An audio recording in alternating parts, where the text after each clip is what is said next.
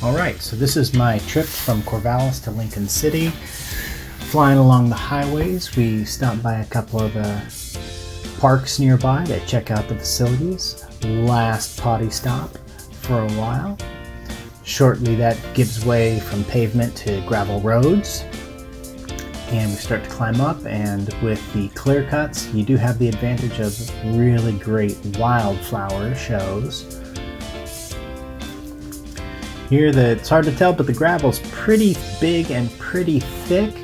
There's one of the rare signs pointing to Valley of the Giants, so I'm following those.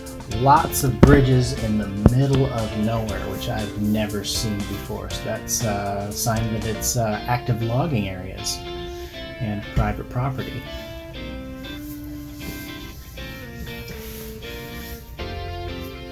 Cut away to some forest roads. Again, more clear cuts. This is actually a recently planted area, so it looks like, again, shows what it looks like to have an actively managed forest. Lots and lots more gravel till we finally hit the pavement over in the Siuslaw National Forest and pull into the Drift Creek Falls area. Even on a Thursday during the COVID-19 pandemic, the parking lot is absolutely packed. So a good 4 or 5 hours of gravel riding. The next porta potty presents itself. The rest of the way into town is some very scenic but paved roads, lots of curves. It's very enjoyable. So the next day I head back from Lincoln City through Toledo along Drift Creek. Here I'm behind a road grader, which I've never seen before, which makes the gravel road really sloppy. Again, lots of gravel roads here. This is very typical in and out of forests. I apologize for all the poor lighting there. I had dust on the lens that really, every time I hit a light beam, it flashes. But this was actually a pretty pleasant road, gravel road, struggling to become a 2-track, but held on to being gravel. Again, pretty thick at times. It's hard to tell here, but this is quite a steep grade that goes on and on and on. It was great fun to ride. This is a little spur, again struggling to maintain as a gravel road, threatening to go to a 2-track. Here we're getting close to the summit on this trail. Again, it's hard to tell in the video. Steep grade, lots of wildflowers, a little waterfall on the left-hand side that I wasn't paying too much attention to because I was trying to navigate the washboarded, incredibly steep, deep gravel road with a sheer drop-off on the right. So I didn't get a very good shot of the waterfall, trying just to navigate up this road because I'm a guppy.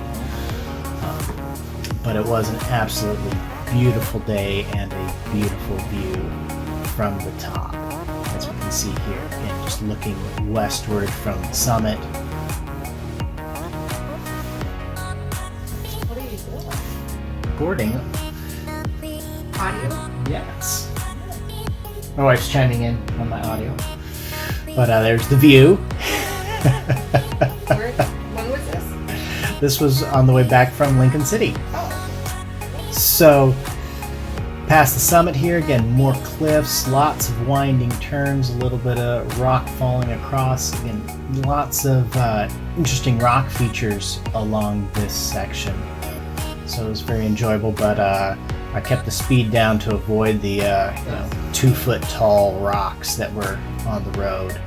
That would be bad. We're in your whole day.